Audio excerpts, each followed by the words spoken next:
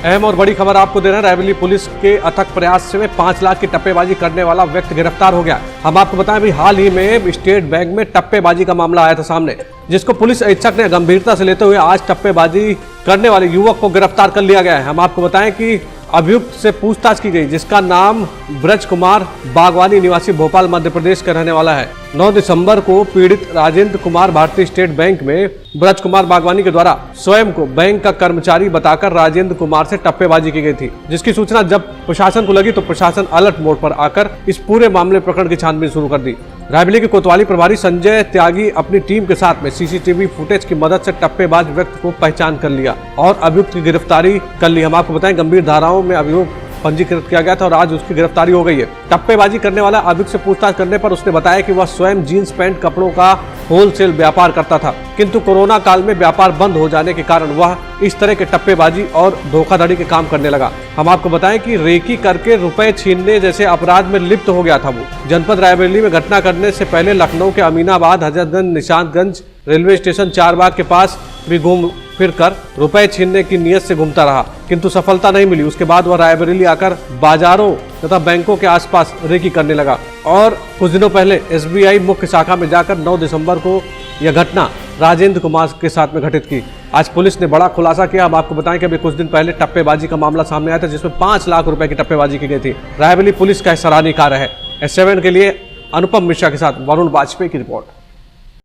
State bank of India main branch Raebareli में श्री राजेंद्र कुमार, जो एक रिटायर्ड सेल्स टैक्स कमिश्नर थे, उनके साथ बैंक के अंदर टप्पेबाजी, धोखाधड़ी करके उनके 5 लाख रुपए वहां से ले जाने की सूचना प्राप्त हुई थी।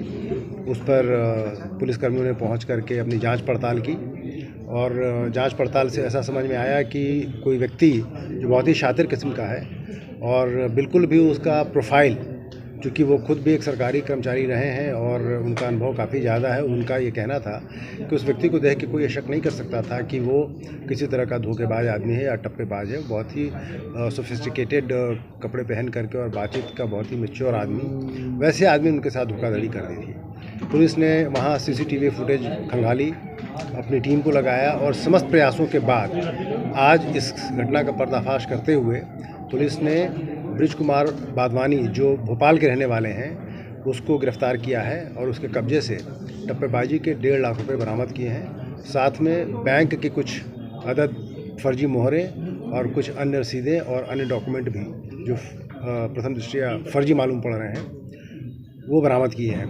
पूछताछ में उन्होंने ये बताया, अभियुक्त ने, कि वो मूलतः रहने वाले हैं पिपलानी थाना क्षेत्र भोपाल के और उनका जीन्स का व्यापार है, जिसमें काफ़ी घाटा उनको विगत दिनों में हो गया था और उस घाटे की पूर्ति के लिए उनको कुछ पैसों की आवश्यकता थी। लेकिन यह भी अवगत कराना होगा कि इस तरह के मामलों में पहले भी स्वयं उन्होंने इस बात को एक्सेप्ट किया है कि 3-4 बार वो जेल जा चुके विभिन्न थाना क्षेत्रों से मध्य प्रदेश के, जिसके बारे में भी हम लोग की छानबीन चल रही है। अगली घटना करने के फिराक में उनका कहना है कि वो लखनऊ आए। लखनऊ में आकर के उन्होंने वहाँ के अमीनाबाद और अन्य बड़े मार्केट्स में अपने शिकार को ढूंढा। वहाँ सफलता नहीं मिल पाने पे फिर एक दिन वो स्टेट बैंक ऑफ इंडिया आए और वहाँ आकर के उन्होंने देखा कि यहाँ किसको शिकार बनाया जा सकता है। 3-4 दिनों की रेकी के पश्चात उनको वो टारगेट मिल गया, जिसको उन्होंने धोखा दे करके उसके पैसे ले लिए।